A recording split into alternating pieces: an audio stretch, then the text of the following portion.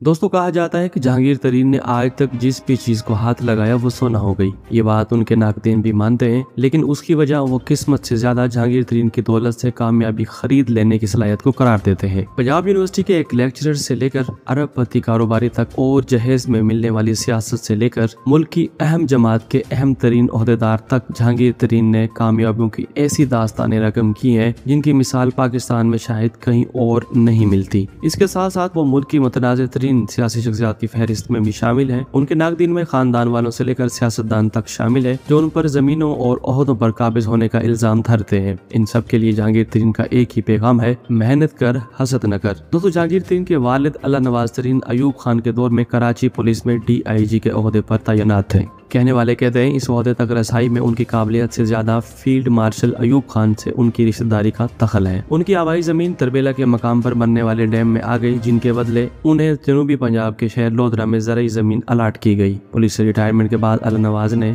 मुल्तान में रिहायश और लोधरा में काश्तकारी इख्तियार की। जहांगीर तरीन ने अपनी जिंदगी के इब्तदाई 20 बरस इस 2 कमरों के मकान में बसर किए। जहांगीर तरीन को तालीम के लिए लाहौर भिजवाया गया, जहाँ से उन्होंने ग्रेजुएशन और अमेरिका की नॉर्थ कैरोलिना यूनिवर्सिटी में 1974 में बिजनेस एडमिनिस्ट्रेशन में मास्टर्स किया। जहांगीर तरीन के बकौल दौरान तालीम एक दिन के लिए भी उनके दिल में ये ख्याल नहीं आया कि वो अमेरिका में ही मुस्तकिल रिहाइश इख्तियार कर लें, इसलिए तालीम मुकम्मल करते ही वो वतन वापस आ गए। उन्होंने पंजाब यूनिवर्सिटी में लेक्चरर के तौर पर मुलाजमत इख्तियार की, लेकिन वालिद की मुखालफत के बायस वो अपना पहला इश्क टीचिंग छोड़कर बैंक की नौकरी करने पर मजबूर हो गए। एक शाम वो दफ्तर से बाहर निकले तो उन्हें एहसास हुआ कि वो खुश नहीं है। उनका दफ्तर लाहौर की एक इमारत के तहखाने में था। वो कहते हैं, मैं सुबह इस तहखाने में दाखिल होता और शाम ढलने के बाद बाहर निकलता। एक शाम दफ्तर से निकलते मैंने सोचा ये भी कोई जिंदगी है। अगली सुबह मैं उस तहखाने में नहीं गया। जहांगीर तरीन कहते हैं वो लाहौर से मुल्तान पहुंचे और वालिद को खबर सुनाई कि वो काश्तकारी करेंगे। वालिद जैसे सख्ते में आ गए, क्यों पुत्र, लाहौर में कोई झगड़ा हो गया है क्या? दोस्तों, जहांगीर तरीन खान का कहना है कि लोधरा में वालिद साहब की जमीनों पर चंद दिन गुजारते ही मुझे एहसास हुआ कि काश्तकारी मेरे DNA में है। मैंने सियासत की, कारोबार किया, दुनिया देखी, यानी हर काम किया, लेकिन जो खुशी मुझे काश्तकारी करते होती है वो दुनिया के किसी काम में नहीं होती।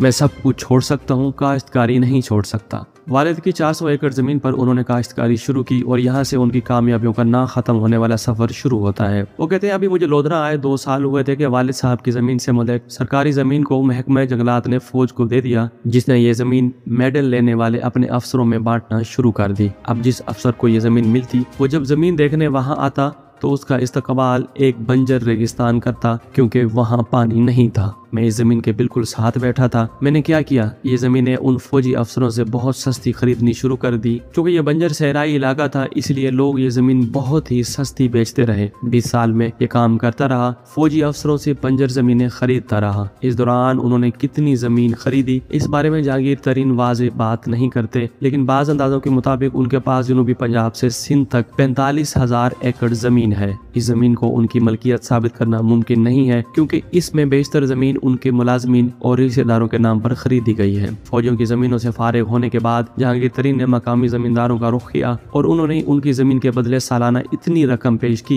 जितनी वो साल भर मेहनत करके कमा लेते थे। बेशतर लोगों की ये पेशकश भाग गई और उन्होंने अपनी जमीनें ठेके पर जहांगीर तरीन के हवाले कर दी। इस तरह से हासिल की गई जमीन का शुमार जहांगीर तरीन के करीबी रिश्तेदार भी आज तक नहीं कर सके। ये सारी खरीदो फरोख्त गैर मुतनाज़ नहीं रही। उनके बाज रिश्तेदारों, इलाके के जमींदारों और बाज दीगर अलाटियों ने उन पर जमीनों पर कब्जों और धोखे से जमीनें कम दामों खरीदने के इल्जामात लगाए हैं। इनमें से बहुत सौ पर तस्वीरें और फैसले हो चुके हैं। जमीनों से कमाई गई रकम जहांगीर तरीन ने मुख्तलिफ सनतों और कारोबारों में लगाई। शुगर मिलें खरीदी, हिस्स में पैसे लगाए, बैंकों में हिस्सेदारी की, अलगर्ज हर वो नाफा बख्श काम किया जो कोई भी समझदार कारोबारी करता है। युवा मुल्क के बड़े जमींदारों के साथ साथ कामयाब कारोबारी भी बन गए। इस जमींदारी को 4 चांद उस वक्त लगे जब जहांगीर तरीन को वज़ीर आला पंजाब शहबाज शरीफ ने अपनी ज़राई टास्क फोर्स का सरबराह बनाया। इसके नाकदीन इल्जाम लगाते हैं कि इस दौर में पंजाब में ज़मीनों से ज़्यादा पैदावार लेने के लिए गैर मुल्की तंजीमों के ताउन से बहुत से तजर्बात किए गए, उनमें बेशतर जहांगीर तरीन की ज़मीनों पर ही किए गए। नाकदीन इस अमल को जहांगीर तरीन की ज़मीनों की गैर मामूली पैदावार और अहम वजह करार देते हैं। इन पर पार्लिमानी सियासत का दरवाज़ा उस वक्त बंद हो गया जब साबिक जस्टिस साकिब निसार की सरबराही में कायम 3 रुकनी बेंच ने दिसंबर 2017 में जहांगीर तरीन को आइन के आर्टिकल 62(1)(f) के तहत नाअहल करार दिया। ये वही शिक है जिसके तहत साबिक वज़ीर आज़म नवाज शरीफ भी नाअहल हुए थे।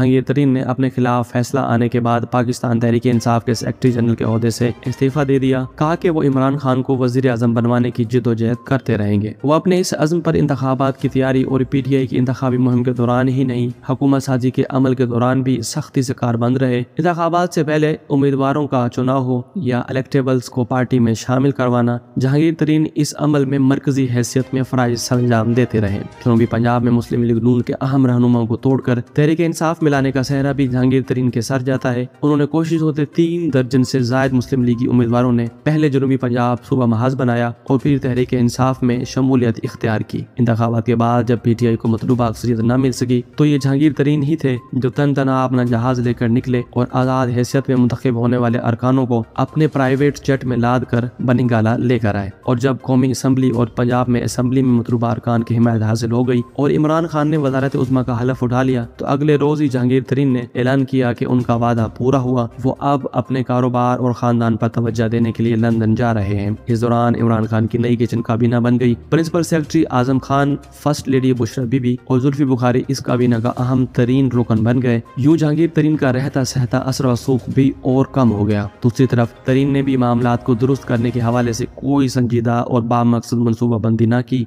ये भी कहा जाता है कि वज़ीर आज़म इमरान खान ने तरीन की ज़राअत, आटा और चीनी के हवाले से कारकर्दगी पर भी नाराज थे। मुल्क में चीनी के बहरान पर कमीशन बनाया गया तो कमीशन की रिपोर्ट में इल्जाम आयद किया गया कि मुबैना तौर पर PTI से ताल्लुक रखने वाली अहम कारोबारी शख्सियात जहांगीर तरीन, साबिक हुक्मरान, शरीफ खानदान, गुजरात के चौधरी बरादरान, पंजाब और सिंध की हुकूमतों ने फ्रॉड और हेरा फेरी की है। इस दौर में पाकिस्तान के वफाकी तहकीकाती इदारे FIA ने जहांगीर खान तरीन और उनके बेटे अली तरीन के खिलाफ मनी लॉन्ड्रिंग का मुकदमा भी दर्ज किया। इस वक्त जहांगीर तरीन ने निजी TV चैनल दुनिया न्यूज से इस बारे में बात करते हुए खसूसी बताया कि मेरे और मेरे खानदान के खिलाफ तमाम इल्जामात बेबुनियाद और मनगढ़ंत है। मेरा सब कुछ क्लियर है। ये हमारे खिलाफ सोची समझी साजिश है। हकाइक को नजरअंदाज करते हुए हमारे खिलाफ मुहिम चलाई जा रही है। ऐसा महसूस हो रहा था कि जहांगीर तरीन सियासत के मैदान में अब दोबारा कदम नहीं रखेंगे। लेकिन फिर इमरान खान की हुकूमत का एक तहरीक अदम एतमाद के जरिए खात्मा हुआ और PDM हुकूमत में आ गई।